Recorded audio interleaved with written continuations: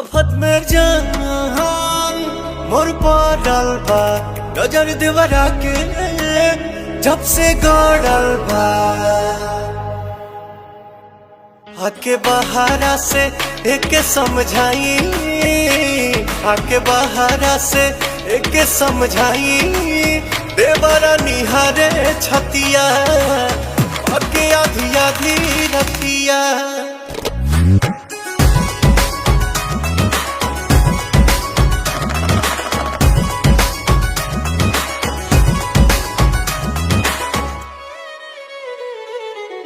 हमारे भइल बा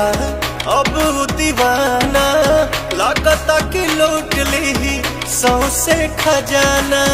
कमर से बानी कमा जोड़ा राजा लागता कि छान दी गोड़ा राजा हमरा दर्द के चलता दवाई हमरा दर्द के चलता दवाई कैल चाहे चुमा चटिया पके आधी आधी रतिया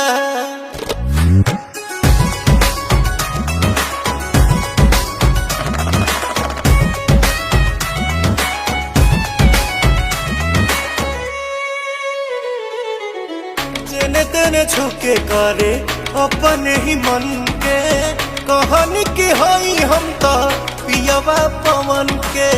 मन लेना बहुत गौतम राजा करेला घाट हर दाम राजा प्रियांशु करी कवन उपाय प्रियांशु करी कवन उपाय कति सारा इज्जत मटिया पके आधी आधी रतिया।